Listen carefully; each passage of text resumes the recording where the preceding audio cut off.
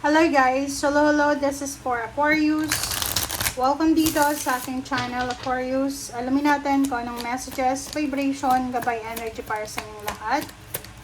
This is general reading, so I hope na maka-resonate kayo dito. Okay. Number 10, 10 of Clover. Number 35, this is number 8, 10, 8. This is Tower. So, sinasabi ng baraha sa'yo dito, Aquarius, na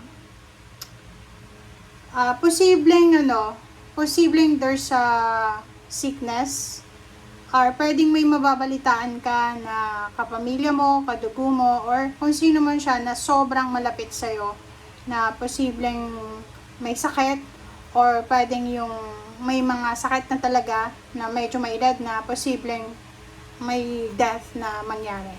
Okay?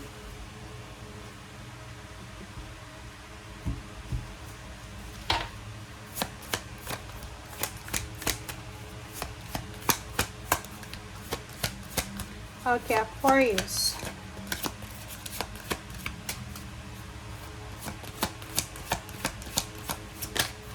Okay, Eclipse. This is Eclipse card. So, sinasabi ng baraha sa'yo na dance with your shadow. So, parang talagang nasa shadow moment ka ngayon. Madilim siya. So, sinasabi ng baraha sa'yo na sorry huwag kang magalit sa akin ha. Pero, yung dalawang baraha mo na to, this is endings. This is endings. Pag sinabing eclipse, madilim siya. So, posibleng you're in the shadow moment, malungkot ka, you're, you're sad, you're lonely, or possible na you are, parang tawag dito, grieving, parang ganun. Pwedeng may nawala. Pwedeng may importanteng tao na nawala, nagkasakit, whatever, ganyan. So, sinasabi ng baraha sa'yo dito na whatever man daw na madilim na to, na pinagdadaanan mo sa ngayon, ramdamin mo, kumbaga, wag mong lokohin yung sarili mo na may, kumbaga, there's a verse tayo, Bible verse na everything happens for a reason, there's a time for everything, there's a time for happiness, death, or there's a time for grieving, or ganito, ganyan. So, kung nasa ganito kang situation, kung halimbawa lang namatayan ka, may sakit sa pamilya, sabi ng baraha sa'yo dito na embrace it, okay? Mahirap tanggapin, pero sinasabi ng baraha sa'yo, kung gusto mong umiyak, sumigaw, magkomentado, gawin mo siya. Huwag mong sikilin, huwag mong kontrolin yung emotion mo. Kasi yun nga, everything happens for a reason, di ba? Wala kang control. Wala kang control sa mga mangyayari, or nangyari.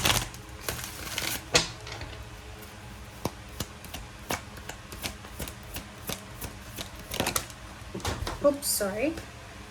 Diba? So, this one is resonated sa first two cards. So, sinasabi na you're discontented and you're boredom. Kumbaga, malungkot ka. You're feeling alone, feeling lonely. Hindi ka kontento. You're sad, super sad.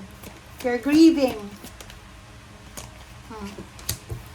Diba guys? So, dalawa yung shadow mo This is shadow, this is shadow. So, doon sa mga Aquarius na ano man ang pinagdadaanan mo, kasi may deception dito in envy So, it's either yung sadness mo na yan, yung nawala sa'yo sa relationship. Pwedeng nalaman mo na nakabuntis yung boyfriend mo, or nalaman mo na may niloloko ka ng girlfriend mo. So, pwedeng yun ang rason. Dito sa barahan to, there's a shadow moment. Sinasabi ng baraha sa'yo dito na kung nasa sitwasyon ka ngayon na malungkot, wag mong pilitin na maging masaya. Wag mong ipakita. Kasi normal ngayon, alam mo ba, sa social media, may hindi na tulad dati Pag may mga nasa nasa problema, may mga problema, makikita mo yung post nila, nagsiselfie sila, masaya pa sila. They're partying or whatever man. Pero yun parang panakip butas yun. You're not accepting. You're not parang niloloko mo lang yung sarili mo. So dito, pag malungkot ka, malungkot ka. Okay? Pakita mo sa mundo na malungkot ka. ipakita mo sa mundo na you are, like for example, if you're suffering, diba? If you're suffering, pakita mo. Kasi, mahirap yung itatago mo yan. Tapos, ikaw yung, pag mag-isa ka na lang, iiyak ka sa gabi. Kasi, pinakita mo sa labas na sobrang saya mo. So, yun. Sabi ng baraha sa'yo dito, accept it, embrace it, whatever man yan.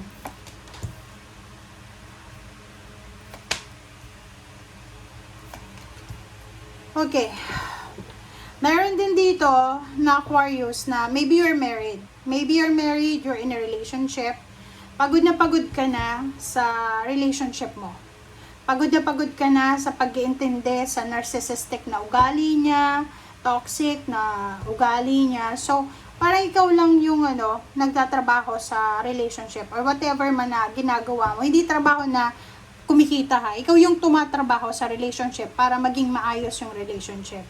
Panay away kayo, panay gulo, panay competition, panay, di ba? So, ang daming issues nyo sa relationship na kailangan mong bigyan ng pansin kung gusto mong makalaya na. So, maybe ilang taon mo na tong tinitiis, but for the second half of April, sinasabi ng baraha na posibleng makakapag-desisyon ka na. Kasi pagod ka na eh. Pagod ka na sa pakikisama, pagod ka na sa pakikipagrelasyon. So, kailangan mo nang lumabas dyan sa nakakapagod na yan, na sitwasyon, sa maingay, magulo na sitwasyon. Kailangan mo nang makalaya. Okay? Alright.